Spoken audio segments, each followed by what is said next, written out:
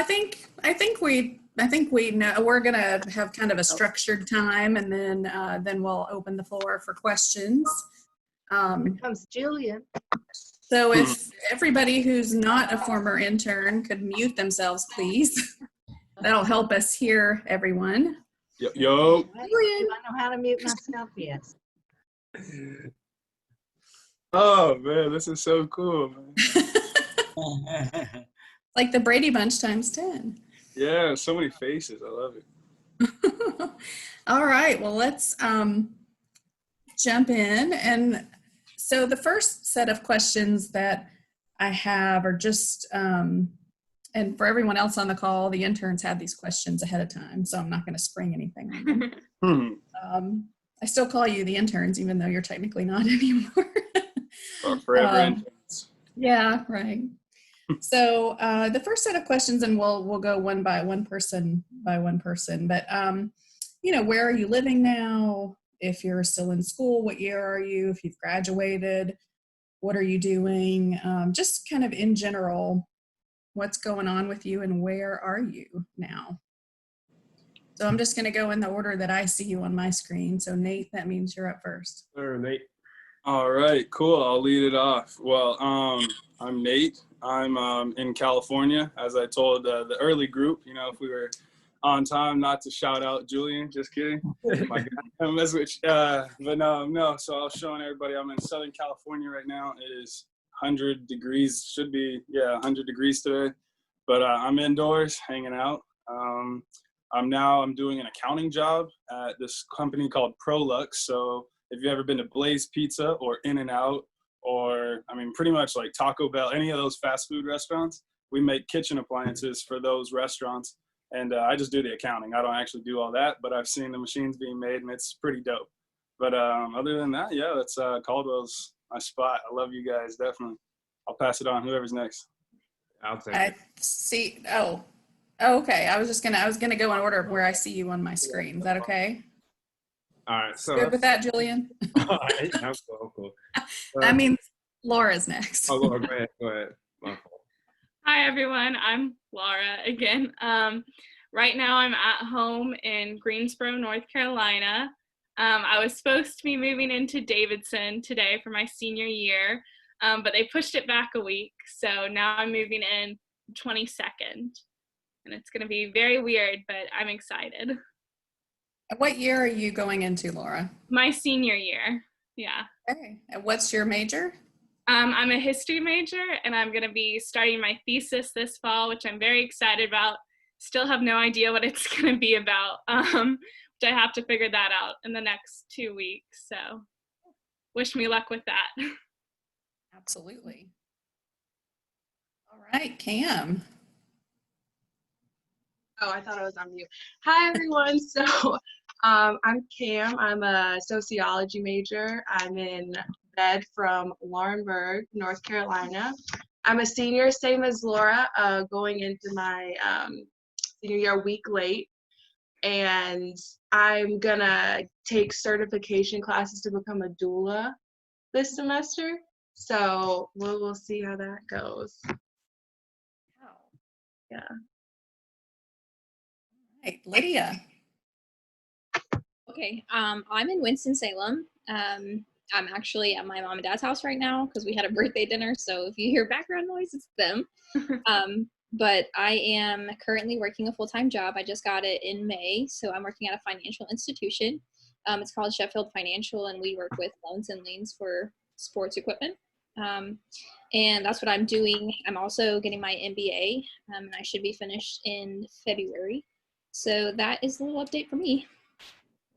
Tricky, man. Wow. And do you know what you're going to do when you get your MBA? Are you going to stay? Really. I'll probably stay at this institution for a little while, maybe the next 2 or 3 years. I'm also still playing golf, so working hard as ever, but we'll see where that goes. Okay, great. All right, Julian, your turn. All right. Been waiting for it. But so I'm Julian. I graduated with Nate actually this past year. I majored in biology and philosophy and religious studies. I was a Caldwell intern, I think summer of 2018. I believe. Yeah. So, but now I'm currently in Morrisville, North Carolina. I just moved into my own apartment for the first time, so that's exciting. I'm a medical assistant, ENT clinic in Cary, North Carolina, and I just started that back in June. So I'm currently studying for the MCAT. Just started like last week, and I plan on taking that in January and applying next spring to medical school. So that's where I'm at right now. Great. Bailey. Can you hear me? Yes. I was having a lot of technical difficulties getting in here. Okay. So I just finished my degrees in interfaith studies. I'm still in Charlotte, still in the same place, was at the pool earlier. And I am kind of still in a wilderness period. I don't really have any plans. I'm trying to find work and I'm really struggling. I'm mainly pursuing work in like Christian education or youth ministry. But right now I have a temp job just to pay the bills and taking a break from school. Seminary's not off the table, but it's just a moment. So that's where I'm at. Okay. Steph, thanks for joining us. So we're doing a little round robin on where you are and what you're doing and what's going on in your life. Yes, sir. You made it. Yeah, my Wi-Fi is horrible right now, so can you guys bear with me? Okay. Right now, senior year is kind of underway. Right now, I'm in football camp, so we've been going, even though our season is canceled, we've still been going pretty hard. So, yeah, my legs are sore, but I don't know what the coaches have planned for us, so we just, like, playing it by ear. But this summer that just passed, well, a couple months ago, I did an internship online, everything through Zoom at Pittsburgh Seminary. And I think that's where like my next step is going to be. So yeah, I'm still like looking forward to that. So. Great. Excellent. All right. So that was the easy part. Now let's get to the deeper questions.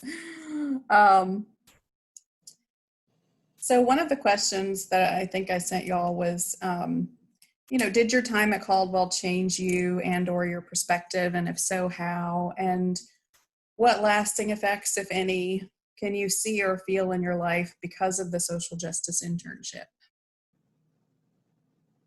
So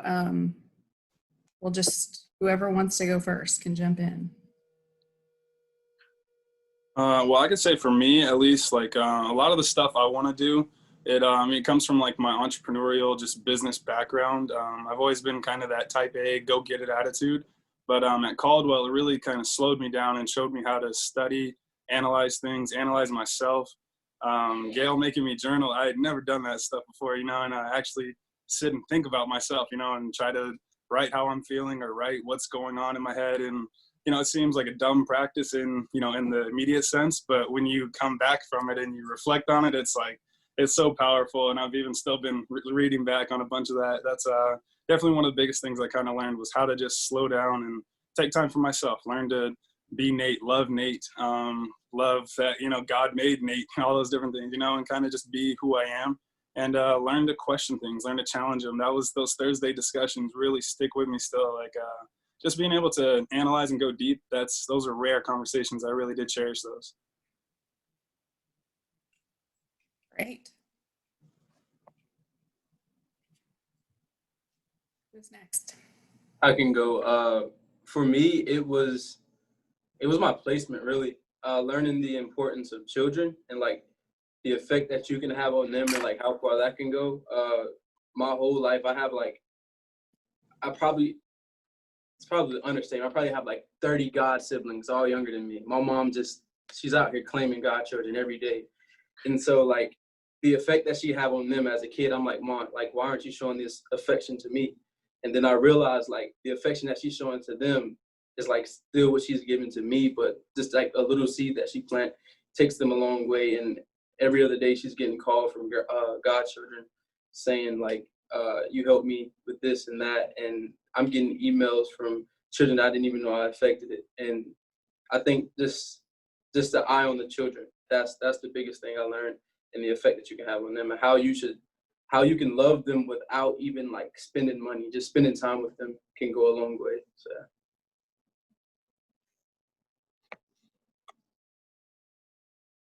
Wonderful.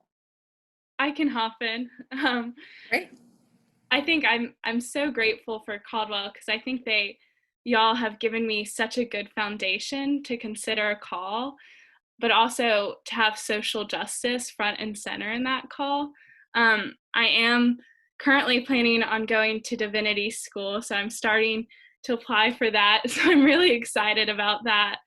And I'm just so grateful because knowing what a social justice oriented community can look like, that's so nourishing and welcoming. That's the kind of church that I want to help all throughout the world. And so I'm so grateful for Caldwell for that, and just giving me that foundation that I think I'm going to have for the rest of my life. Yeah, I'll go next. So that for me, yeah, coming from like a smaller town and being like in a sheltered environment, and also going to like a small like university, coming to Caldwell like 2 years ago for me, my sophomore summer was like a shock and like a wake up call, and especially my placement. I love my placement. That's one thing I'll never forget is being at the Urban Ministry Center, and working along with the social workers and then the nurses, and being out in the field and actually seeing Charlotte was like, it was surreal to me. But being able to see social justice and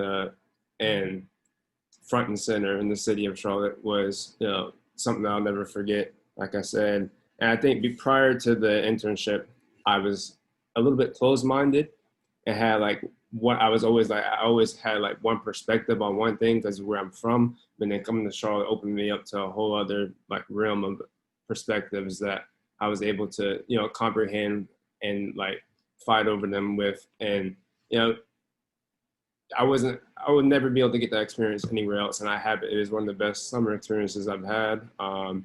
And yeah, so I think now, especially in 2020, what we're going through this last 7 months and everything with George Floyd, I think I'm just so glad I was able to go through that. So now I have some background of when I confront other people about these things going on, the social injustices going on in today's world.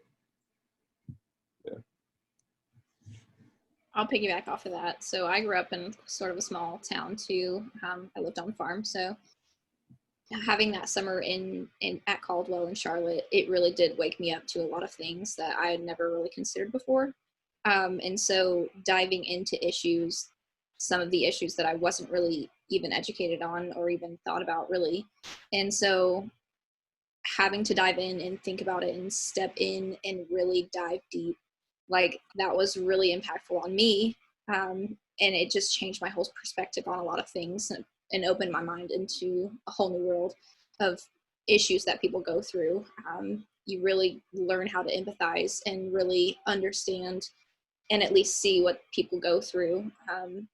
Not that you'll ever firsthand experience it, but sometimes you can at least relate with them.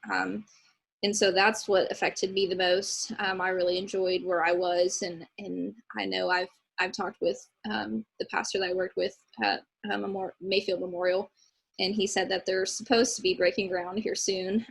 So that's very exciting that I was able to help them do that.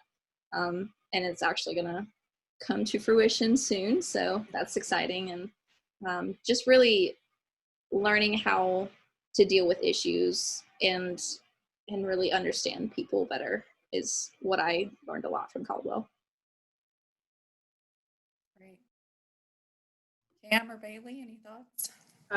I can go. So I feel like I grew more that summer than I did like the whole year.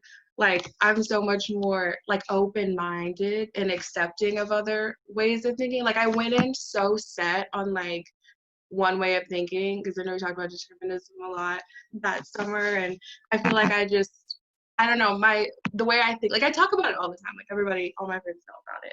Like I just feel like I grew a lot mentally. And I also think my cohort was really amazing. Shout out to you guys. I feel like our discussions were really deep and like we grew a great relationship, like even after Caldwell was. Yeah, I would have to agree that I think that our group dynamic was really special, because like our conversations lasted longer than just Thursdays. Like we had those conversations over pizza and beer on a Tuesday. And I would say what really stuck with me is having and learning the theological foundation behind the social justice topics that we were exploring. Because at the end of the day, we were all there as people of faith, people without faith. And so for me, it's definitely reassuring to know that like my religion can inform my vote and how I treat others and how I choose to engage with my community and my neighbors and those who look like me and who don't. Can I add one thing too also? Yeah. I just want to say the one thing I learned really at Caldwell was the word intersectionality. And that has come up like, I mean, 2020 is like, that's the key word for me, honestly. People are writing it off and doing all that, but it really, for me, showed that. And I learned a lot of that at Caldwell, like all that, like Bailey was saying, religion plays into how you vote, business plays into how you vote. I mean, how I play sports plays into how I vote, how I watch sport, like all those things, they're all tied together into who I am. And like Caldwell really showed that. But I mean, we see today, like not a lot of people have gone through that, just that, I mean, almost a pilgrimage of themselves, you know, breaking down their ego and learning how to hear other challenging thoughts, you know, that might be just as right as theirs. But that's pretty much what we did at Caldwell. Like I like that from what you guys all said, but I thought I'd add that in. Good. So if you could change anything about your time at Caldwell, what would it be? Time. And you know Caldwell, it's okay to say it. Yeah, more time. What'd you say, Nate? More time? Yeah, more time. Make it longer. Yeah, well, just to meet, you know, like make those Thursdays, just have I don't know, maybe make them into different ways, I guess. Like I wish we could have had more discussions like those, or, I mean, we turned them into ourselves, like Bailey was saying, you know, we'd go to Tuesdays and do it ourselves, but it was nice just having that set time of like, you know what, I had to come studied and prepared, and you know, you feel different, you know, when you're in those conversations, you feel smarter, you feel coming out of it like, hey, you know what, I learned a lot more in that hour discussion than I did in my 19, 20 years, however you are coming into that. You know, that's really what I enjoyed, was just that challenging of yourself, having to come prepared, but then being broken down also too, you know?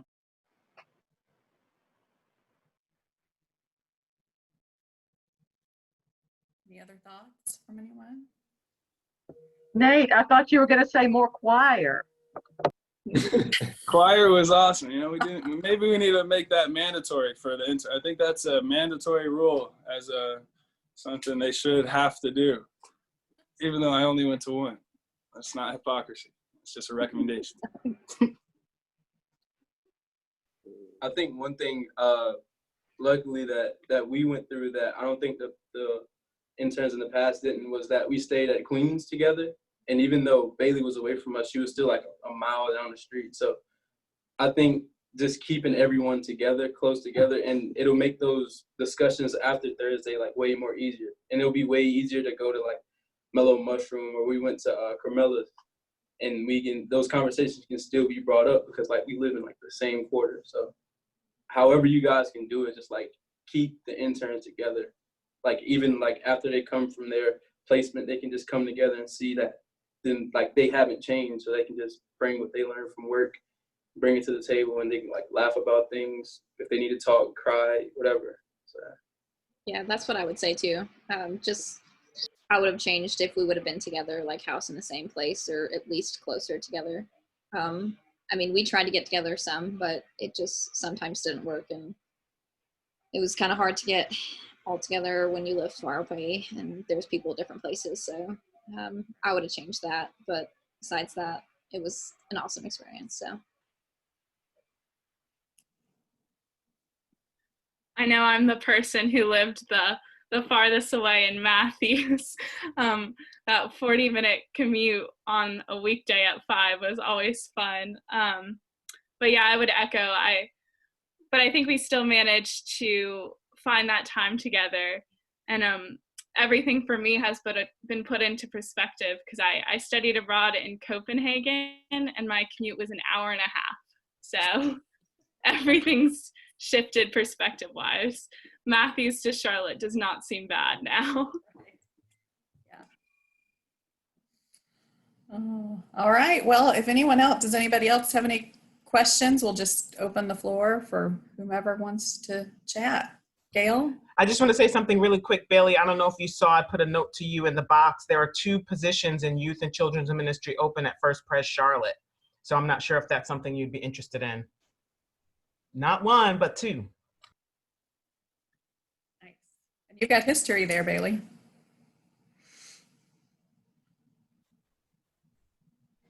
Yeah, I was their intern this past year, and then didn't have work because everything went online. So I'll have to reach out to Natalie for sure.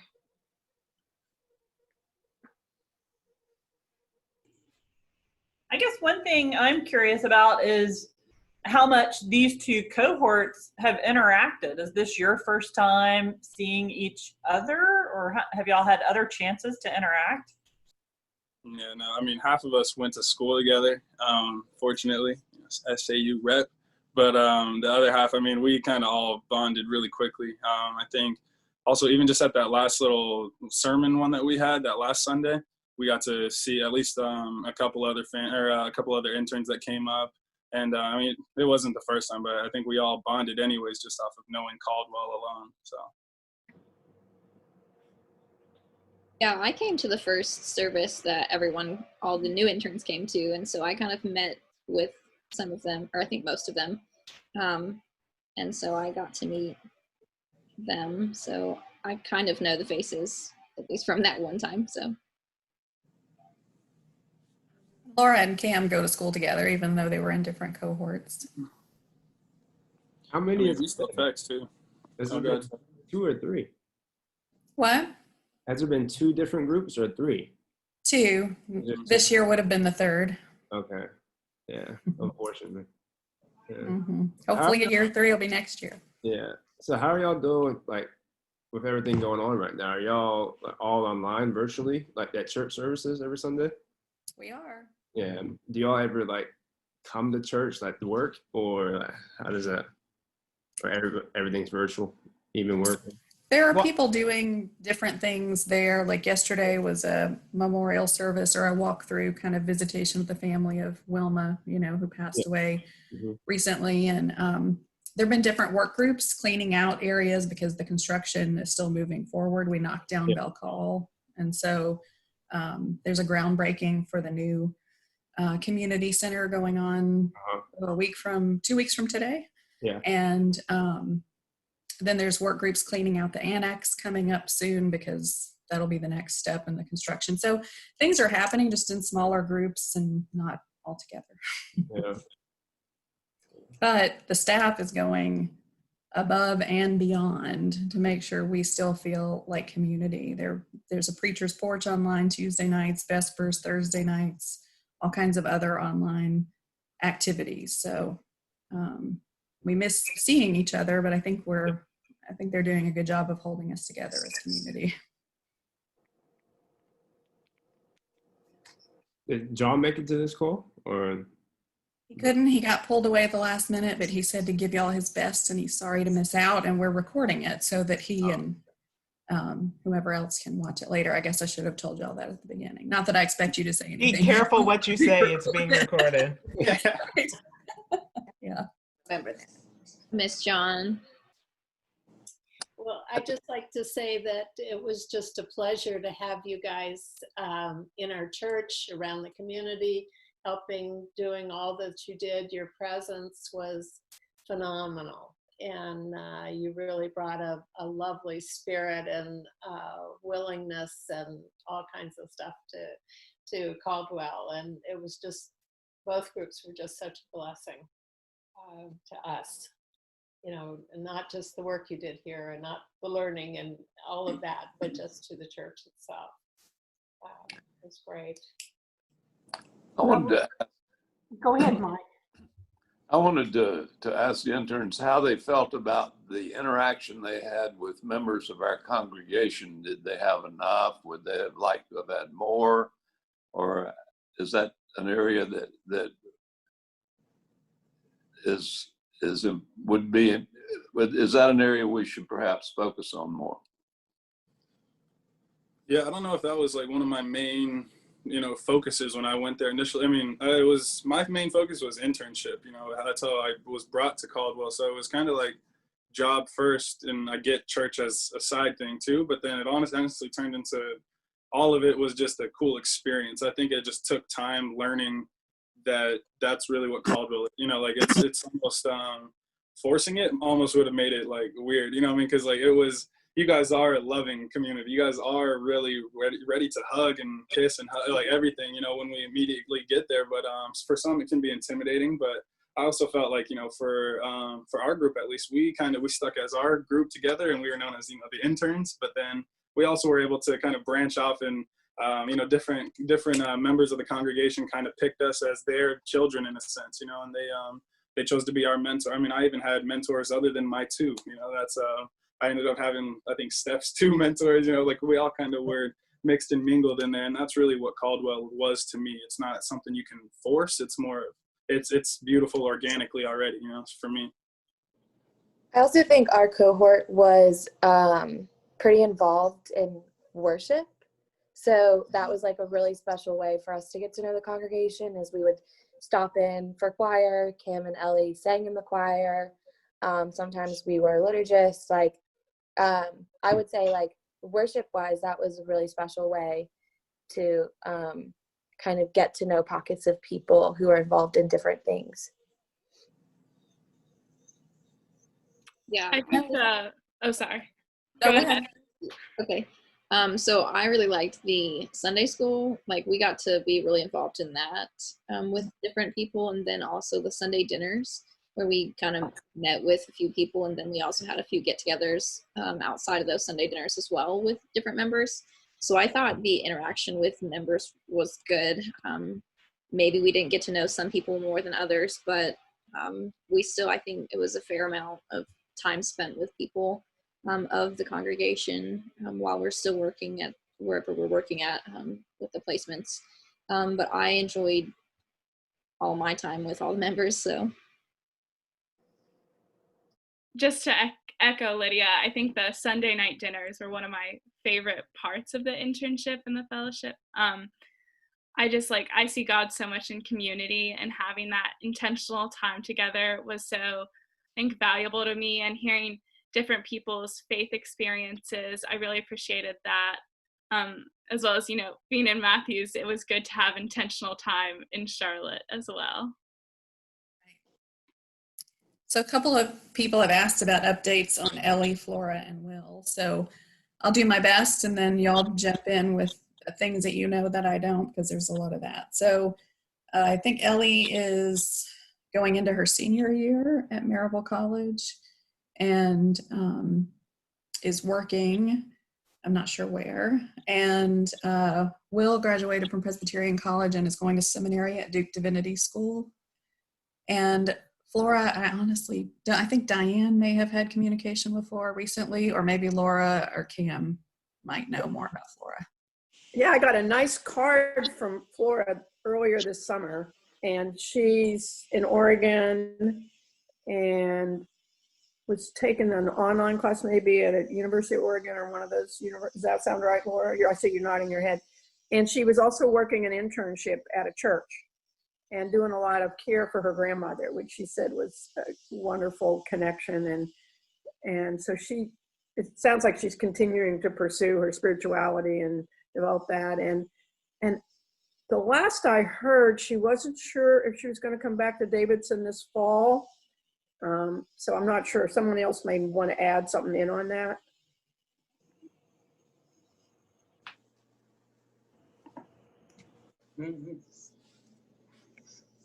Laura, do you know? Cam? No. I know we have the option to remain at home, and I think a lot of people are deciding to do that. I mean, I love my family, but I cannot do school at home. I love them very much. They're very supportive, but not the place for me. So that's why I'm returning. But we have a mixture of virtual, hybrid, and then flex classes, which start in person but will transition. But I think Davidson's being pretty safe, which is very important. Yeah, what's the move at St. Andrews, Steph?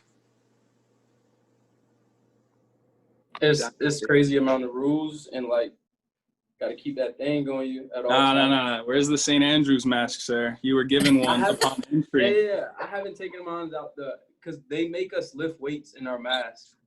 And yeah, it's extremely draining, and we're practicing horrible breathing Techniques. Yeah, techniques, and it's weird. So I don't want to get that sweated out. So I just have like a lot of these. I guess I'm running through them pretty fast. But in our academic buildings, we have arrows in the halls. Like we're gonna be like walking in lines. We're gonna look like elementary kids. Now we're looking like elementary kids. I'm pretty sure when the rest of the teams get on campus and the regular students get on campus, that no one's gonna follow those rules. And all it takes is like a couple more weekends, and somebody's gonna get the urge to party. Yeah. And we've been having football meetings and people forgetting to put their mask on. And it's like they're trying to implement the rules, and the rules are there, but it's just up to everyone to follow them, and that's still going to be kind of weird. So, yeah. Did they cancel like the fall sports at St. Andrews? They canceled everything except soccer. The soccer season they play like half their season in the fall and then the rest in the spring. Mm-hmm. But I don't know. I'm ready to hang up the cleats personally. Don't tell any coach that I said that, but I don't know. It's a weird way to finish, but I'm okay with it. I play football enough to just know when to stop, and this is a pretty decent way for me to stop. But from the outside looking in, it's kind of wild. So yeah.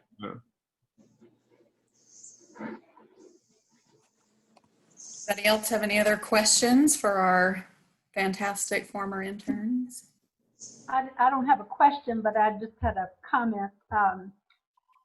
I was never fortunate enough to have children, so I really didn't understand too much about kids going through high school and getting into college. I could only kind of remember my own college days, and I know that when y'all came, it opened up my eyes to a totally different thought about how fabulous kids can be. I was so impressed with your awareness of other people, your awareness of yourselves,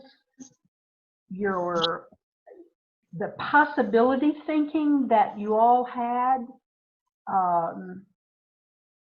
and it makes me very, very envious that I didn't know all of that when I was your age. And I know you hate to hear older people say that, but you can't imagine how impressive you all are. I mean, you give us hope. Kimba was saying that you give us hope. You really give us hope in this very, very dark world of where we are now. And y'all are right at the edge of moving into really big things, no matter what it is that y'all are embarking on. So I just want you to get as big ahead as you can while still walking humbly with God. But you are really to be commended. You were talking about, I think it was Stephen who was talking about the impact that his mother had on all those little kids, and the impact that he had evidently had on children that he really, was not able to spend a whole lot of time with. And I think that's what y'all all did too. You really impacted the congregation in ways that you may not even know. Anyway, that was my little thank you for being who you are.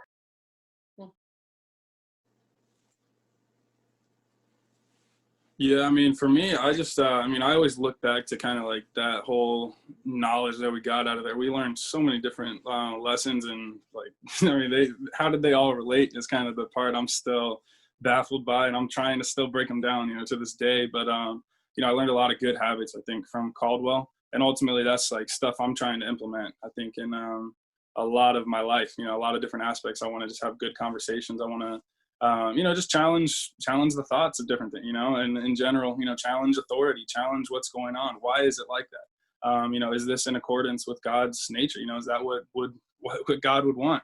Is that what the kingdom of God should look like? And if we're not striving towards that, then I don't think we're striving towards the right thing, and that's whatever color you want to represent as politics. It should just be right and wrong. Ultimately, I think that's kind of the biggest thing. But I think we've learned, honestly, a lot from Caldwell, but we got to keep pushing more, just keep pushing more buttons, keep pushing more boundaries. That's really what Caldwell was about. That's what I love about it, is you guys don't stop, So that's one of my favorite scriptures too, is never tire of doing good deeds. I think that was Paul writing. He was saying, he was writing back to this church. He was just saying, don't worry about the world. Like, they're going to go do their crazy stuff. They're going to go do whatever the world is. We're not of this world, though. That's the one thing we need to remember. And just don't get tired of doing good. It is really easy, especially in 2020, to give up on people, block people, cancel culture for us, in our age.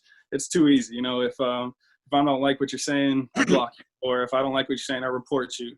If I don't it's just too easy to remove somebody rather than to hear something you don't want to hear, challenge it. It's uncomfortable, but that's how you grow. And that's kind of the biggest thing I learned really at Caldwell, and I want to keep pushing, and I encourage you guys to keep pushing. I love that about Caldwell.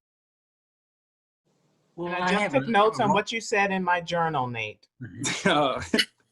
Believe me, I promise. I've been journaling, Gail. It is weird. I mean, how my journaling is. I don't really sit and write narratives, but I do sit here and write little notes, kind of the same way. And I pop into my little notes on my phone and just little thoughts. I still have a little tab.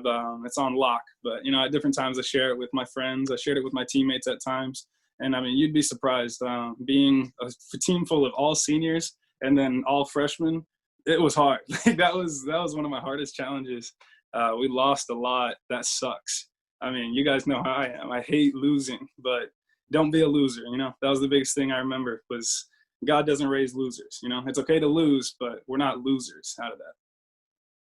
Oh, Nate, you got some preaching going on. I love it. So Rachel asked if any of you would be willing to share reactions to the protests and reaction to George Floyd's killing this summer. I gotta think on that one. I know Julian and I texted about it a little bit. I called Julian out. Me personally, and I can say this probably sparked from going to Caldwell. I love it. I'm not a big fan of the rioting or I'm a fan of rioting. It's just the looting. That's the thing I'm not I can't really get with, but I mean, that's a product of protesting and rioting. So I'm all for it. And the quote that Martin Luther King said that was echoed out throughout these last couple months is protest is the work of the unheard or something. So I think it's just a start. And from our perspective, I'm pretty sure, I can speak for myself. I don't watch the news often. So my only news tab is Twitter. And the way that none of it is shown anymore is kind of scary. But I know deep down inside, that is still going on. And I'm just a big fan of it. And luckily my St. Andrews is on the same wave of knowing what truly matters and knowing what they have to do to go against the norm. So it's just nice to have faculty and staff that's on the same page, or some faculty and staff that's on the same page as us. So yeah. Beautifully said. I encourage you, use the St. Andrews Library, bro. It is being away from it, just even these little months, dude, it is a tool, bro. You don't worry about the news. Go, that's what you learn, man. Go read it for yourself. Go get the actual primary source, but don't Twitter and internet and social media, man, that stuff will twist your mind, man. It's unrealistic. That stuff's based on feelings. You know, like it's important, but don't let that be your news. Let that, like, you can get the raw stuff, but I can start my camera right now and people can hear me talking about whatever, you know, and it can sound like hate speech, but if you heard me 2 minutes ago, it's all love. It's all, you know, it's things like that. That's where you got to be careful on that. But dude, I'm telling you, St. Andrews, you have a lot of different assets there, man. Like, use those while you have them. Use your professors, like, use that library, the database thing. I was using it even while I was trying to apply to stuff, because like that thing is really cool, man. Whatever the St. Andrews World Cat thing they have, like, use that.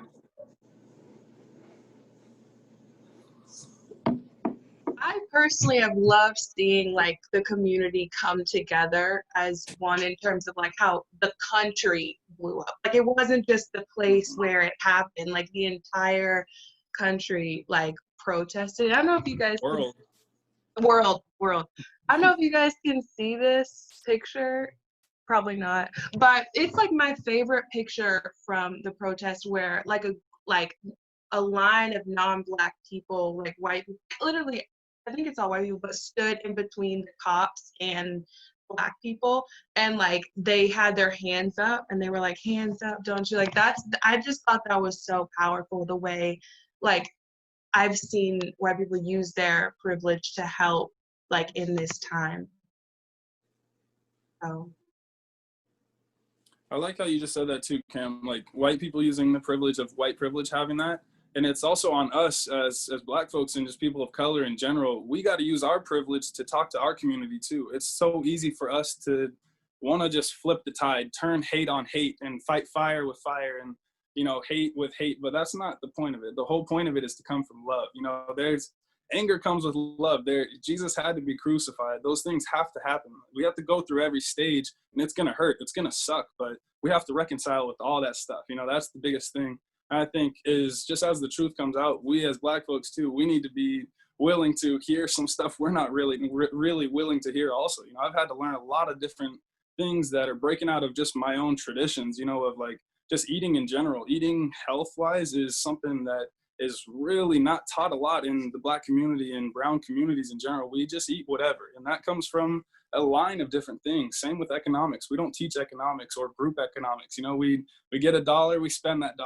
We don't save any bit of it. You know, it's things like that it's really affected. You know, race and all these different things affect so much more than just this George Floyd incident. That's kind of what I've learned is, man, it's like, for the people that are mad about just that little thing, it's like, for me, I see it as, we're mad about this little piece, you know, that's what police brutality is. But ultimately, there's a pie of racism that's got to be dismantled, and white supremacy that's got to be dismantled. Like, that's something that's against God. That's not saying white supremacy and racism is the only issue. There's 50 other issues, you know what I mean? We got child trafficking, we got still sex trafficking in general of regular women, not even just children. Children is the big thing now, but there are still women being trafficked all through Vegas, all through all those things. You know, the world is evil. It is twisted. Satan has his hands on it, but it's also our job to still fight back. Like, just because that's wrong and this is worse, it doesn't mean we still don't stop this. You know, we still stop both. That's our job, is to fight wrong with right. You know, bring the truth out. That's ultimately what we got to keep working on. And that's kind of how I feel about George Floyd. It was really just this little, like, that's that little drop that kind of set it off for the match, you know, after we just poured lighter fluid all over everything. We saw Breonna Taylor, we saw Ahmaud Arbery, we saw, man, like, there's so many other people before George Floyd. That's where I'm like, if George Floyd's the last one we just saw, man, come on. You know what I mean? Like, that's the last straw is really what it is no more. Like, that was 8 minutes on the dude's neck. We've seen worse than that. We've seen kids running. Like, it's just about right versus wrong. It doesn't matter if you're white or Black or Hispanic or Asian. I don't want a cop beating you up. I want the cop to bring you to jail, to then go in the court system, to then have a judge who's been trained to deal with these cases, to judge you fair. Like, the system can't be fixed if we try to disrupt the system and tear it all down. Like, it is point of tearing it down, but we got to rebuild it to the proper way. And that's kind of where I really George Floyd really shook up a lot. You know, I was in Atlanta too during those riots. That was kind of scary. Me and my dad had to fly that next morning. We didn't know if we could actually fly out. Like, we had to drive in. Lo and behold, too, God kind of messed with us. Like, he gave us, we had a rental car, It had Minnesota plates, right where George Floyd, you know, the whole incident happened. And we're driving to Atlanta where they're tearing up the whole city, you know, things like that. And that was me and my dad. We just had to sit there and just kind of reckon with like, hold on, like, this is kind of God talking to us, slowing us down, saying, look, dude, like this, you're going into fire. You're going into Nineveh. You know, when you're doing these things, like you need to be ready to preach. You need to know what I'm doing. Don't come in here with half effort. It's real. So. Yeah, and just Nate, going I off think of, Carol King's going to write in your name for during the presidential election this fall. Nah, that stuff's twisted, man. I won't last too long in there. I'll mess a lot of people. They won't like me. Sorry, Cam, go ahead. oh no, I was just gonna say, going off Nate's point of like having to choose right or wrong, I loved that this protest made it a point. Like you can't just be not racist. Like you have to be anti-racist. You know, you can't like, because like you have to choose, like it's a conscious decision to be an ally or against us, because just being in the middle, like you basically chose against us. Like you have to choose what you're gonna do. You can't just like sit around and not do anything because you're basically like choosing against us. So I like that it gave it forced us to do something.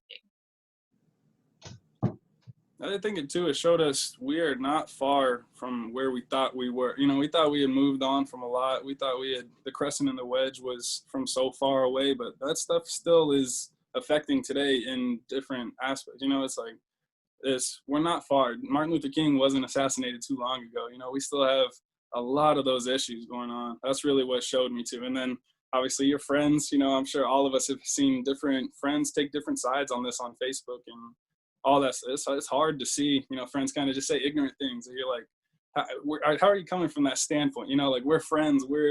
I thought we were teammates, we're brothers, all that. But then you can have this hate, this natural disgust. You know, like that stuff it's really shown a lot too. But it's also on us now to don't fight that with hate. Also, don't just discredit that. You know, those are the people you got to actually fight harder to bring into church, bring into hearing those words and hearing those hard conversations. You know, I hate when people throw around St. Andrews talking about, you know, I've studied at St. Andrews, I've done all this, but, you know, they're on kind of like the wrong side of history in a sense.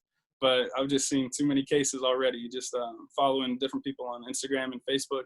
It is disheartening, but it also shows me we still got a lot of work to do. Like God and Jesus was not lying in the Bible when he was talking. There's a lot of stuff. There's not going to be a lot of people with us, but get you a good group and just keep rocking, you know, keep telling the truth. Julian, you have anything to add?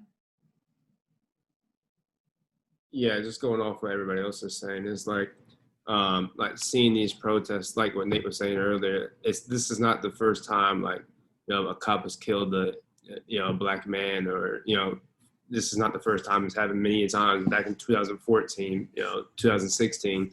So it's just something that this energy that we have, that, you know, white people have, that the black community have, we need to keep it going and keep it going. That's the only way anything's going to ever get done with the system, is we have to keep the pressure on. We have to keep protesting, and like that's the only way anything's going to get changed. Because if we just forget about George Floyd, there's going to be somebody else a year down the line, and then it's going to just keep on reoccurring. So we have to implement change from where the problem is coming from, and that's, you know, honestly at the top. So we have to, that's the only way anything's going to happen. Because if you still look at, you know, Congress or people high in government, it's still majority white. So like this protesting is good, it's great that it's happening, but we need more, and we need more help from the top. That's the only way real change is ever going to happen within the black community, I believe. So. Laura and Lydia, anything to add? I just want to add, my second week of my internship with Faith in Public Life, how impactful it was to see John and Diane get arrested. And that's just been like ministry for me ever since then. It's just like, as Christians, we need to be on the streets protesting. We need to be doing so much anti-racism work. And I've also, this summer, I was interning for a church in Raleigh. And our whole summer, we did a Love and Justice series, and how important it was to make the emphasis on Black Lives Matter. And here, from voices that we didn't usually hear from in the pulpit. And so I'm so grateful for that experience, especially with it's been hard with the United Methodist Church right now because we are doing some dumb things, and it was really hard to watch that, knowing that like I want to go into ministry in the United Methodist Church, but the United Methodist Church is denying something that I think is so essential for ministry. But having Diane and John getting arrested showed me that I can still consider my call into this place that I think is harmful. I just have to make, as someone said in the comments, I have to make good trouble. So I really appreciate that and that impact on me. Yeah, I think I would just echo what Nate said. Just really fighting wrong with right, and fighting against the hate with love, and really caring about people. Not everyone is perfect, but I mean, it's really hard. It's a really hard tension for me, just dealing with all of my background. So it's been a really big learning curve for me. But I mean, God taught us love. So if we're going to be known to be Christians, then we're going to be known to have love for people. And so that's just where I'm at with it. So yeah.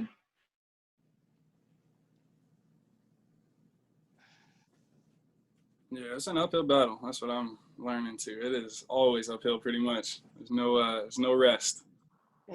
But that's what heaven's for. Well, like you said, we're all working as a team, helping to push each other up that hill, right? Yeah. Exactly.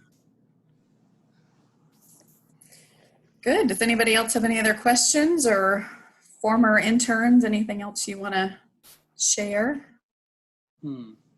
I don't know. What do you guys think are, for me, last question would be like, what is the problem, like the next big problem? So for me, it's like, I learned once you solve one thing of racism, it evolves to another thing. Like and I do believe this world is meant to be in conflict always. I think that's one thing we see in everything in nature is there's just conflict. There's life and death. There's sun and moon and all those different things. There's fire and water, but so there's going to be something next, so I don't know, just what are you guys seeing that's next wave, I guess, or things that you guys are preparing for that we're not really, that are behind the scenes, I guess, while everybody's looking at the big problem right up front, there's actually a whole world, a whole sea of things behind it, I guess, from your guys' perspective, since everyone's really in a whole different world in quarantine, kind of.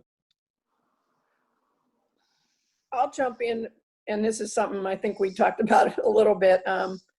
It seems to me, and this is connected with racism too, so it's not independent from that we really need to be focusing on climate change in ways that are, I'm just beginning. I'm almost embarrassed to admit, to recognize how many things I buy that are single-use plastic, and what a challenge that is not to do that, my dishwashing liquid or whatever.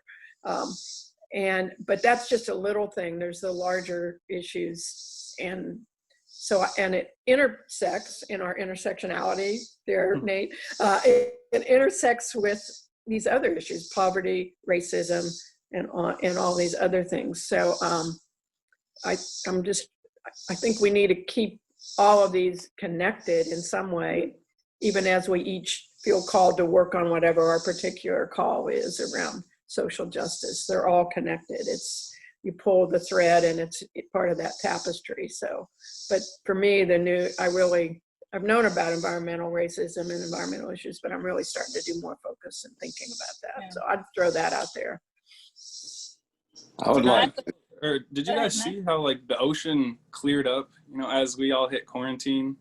Just to one little hint of we have an effect. I just want to throw that in there. It was kind of scary to me that 1 month when the world just paused, how quickly it regenerated, how quickly things were healing. It was scary. Almost chills are given to me of dude, we have power over this stuff. I think the next big thing we're going to have to deal with is the post-election turmoil in this country, regardless of who wins.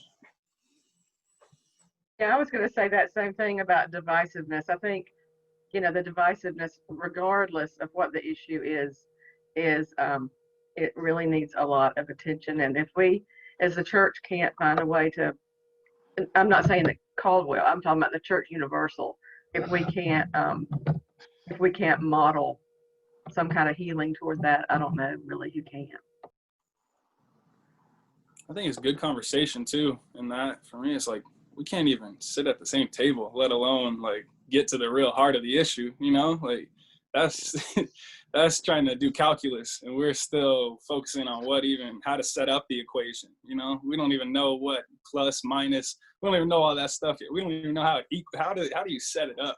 That's what we got to first do. And I think that's kind of the big issue, I think, of what that post-election for me will be is, man, yeah, if Trump loses, people are saying, you know, he's going to cause turmoil. If he wins, people are weird about it. If he's, you know, if Biden wins, people feel the world's going to flip.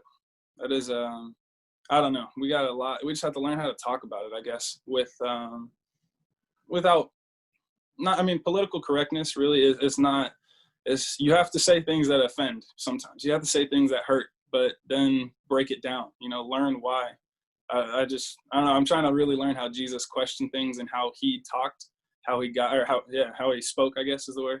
How he, just the way he set up everything, you know, he was always 3-4 steps ahead, you know, and like I was learning that when the lady had that affair or whatever, and she was caught, you know, the adultery affair, and came out and everybody's ready to throw a stone, just to that quick fire of, you know, whoever is without sin, you can throw the first stone. You know, like that's like, what? Like my first thing would have been like, what happened? I would have had so many questions, not an answer. That's the cool part. I'd like to say, as a senior citizen adult, I, for one, am looking to you young people to take up the charge and do much better than my generation did. And you got more energy than I have, but I'm behind you all the way. And I expect y'all to be, you interns, because you're so special, I expect y'all to be at the forefront of this. And I'll be behind you all the way in my wheelchair, whatever it takes. You'll be leading the way still with us, hand in hand. In my wheelchair. On top of the float. I seen you up there. That was a while back. I got record now. I've seen you up there. We're going to get you on a float again. Maybe Kimbo will push my wheelchair. She's pretty strong. I would love to see folks come up with a few good mantras or slogans or something, because Americans tend to not go deep with a lot of things, and we have very short attention spans. But, you know, when I grew up, you know, we started off with the golden rule, right? You treat everybody, you know, as though as you want to be treated. There's just a few basic things that you can say that will shape a whole lot of decisions that you make from that point on. You know, in the 60s, it was, if you're not part of the solution, you're part of the problem, you know, which is, you know, one of my personal rules to live by. And that makes it really basic, you know. So if you'd rather be talking about climate change, or you're talking about racism, or you're talking about, you know, economic inequities, or whatever it is, if you're not part of the solution, you're part of the problem. So we just need a couple of good, you know, one-liners that people can sort of latch on to, that can maybe help bridge some of that division and help keep people thinking, you know, toward a common goal. You know, in my sort of line of work, I came across somebody made a statement of make the least damaging assumption. Okay, and that was in the context of some talking about kids or people that have communication challenges, and it's kind of like your least damaging assumption is presume competence. You know, assume that these people, rather than not they can show you what they know, assume that they're capable of learning. You know, that's going to do a whole lot less damage than you assuming that they can't just because they can't talk. So you can still apply that, you know, in a lot of other ways as well. Make the least damaging assumption, you know. So I don't know. I would love to have somebody whose voice people would listen to come up with just a couple of, you can say, a nice little rules to live by that folks can then take on, you know, latch onto, that can then drive a lot of other, you know, decisions and processes.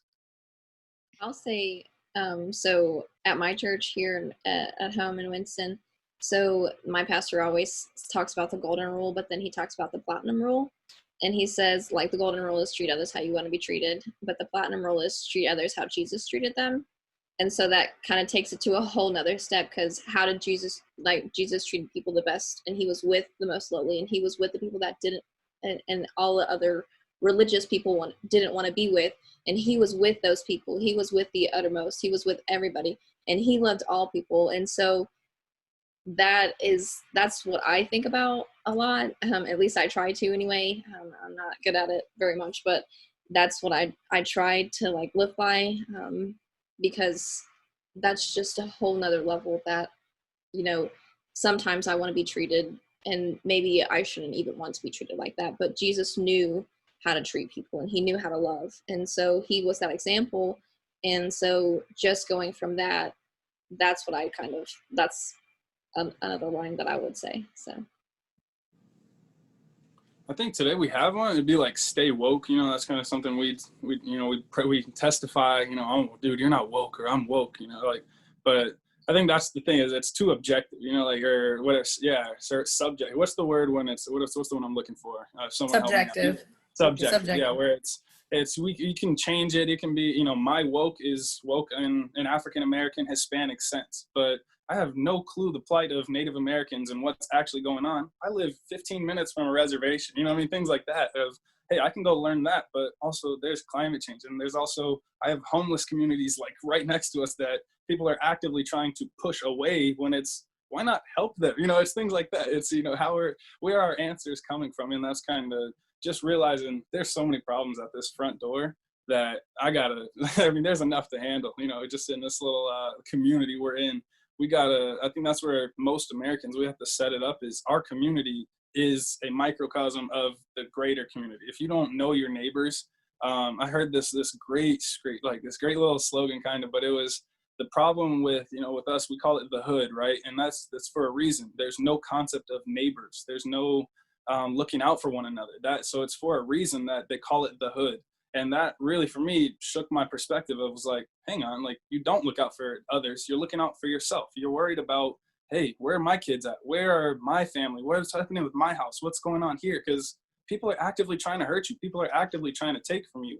You're not worried about what's happening next door. But until we can worry about, hey, why is he getting hurt too? Like, that's not right either. And worrying about others the same we worry about ourselves as well, that love of caring of what's going on in here. It also has, like, that hard work has to go out to others. But that's the part that it takes time. It takes effort and learning the struggle, really hearing the struggle too. But that's kind of the biggest thing I really want to work on in my personal journey, is bringing that neighbor back into the hood, in a sense, bringing the concept of you look out for one another. You police yourself. You don't need police to come into the community. Like, that's really how Black folks already operate. I don't call the police when things are in trouble. We handle it ourselves. You know what I mean? It's not safe at times. And that's kind of where I want to build communities that feel safe. That's really the whole point of it, is, do you have businesses you can trust? You have all that. That's kind of what Caldwell's even building. You have a place you can sleep at. You have somewhere you can house them. You can feed them. You have a kitchen. You know, like, you have all the main resources to help that person. I think that's really what we have to build in our minor communities, is, where are the homeless shelters? Where are the, you know, Salvation Armies? Have directories of those, or have those things available. Charlotte's huge, but that was a big problem I learned, is there's so many big problems, you know, you don't know where to start. Homelessness, you can't find everybody, but can you give them somewhere to locate you? You know, maybe that's the way to answer it. Instead of you find them, they find you, you know, like, changing the way we do that. And business in general has to be changed. I think we've seen profit taking is disgusting. You know, that's really what we're showing a lot in this. The stock market is still crazy and the economy's tanking. Those are things to study. You know, it doesn't mean it's evil. It means pay attention. There's other things going on too. You know, there's a whole lot at play, but yeah. All right. Well, thank you all so much for being with us today. And just know that we love you and we miss you. And as Gail said earlier in a comment, you always have a home at Caldwell. Worship with us online. Show up in person when we can meet in person again. You're very special to us, and you always will be. And so reach out if and when you ever need us for anything. And thank you again. That was an understatement for me, guys. Yeah. Definitely miss you guys. We miss you too. We love you. Yeah, we miss you. Love you. Thanks, everybody. You're still with Down, us. Caldwell. Miss you. Love you all. Take care, everybody. Stay safe. Bye, y'all. Have a good year if you're back in school, or a good job hunt, or wherever you are, but keep in touch. All right.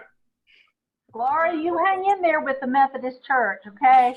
I'm trying. I'm hoping. You'll be one of the ones who makes the change. So I hope change from within. you will, Yeah. yes. We're struggling, but we'll get there one day. Awesome. Thanks, All right, everybody. guys. See you later. You.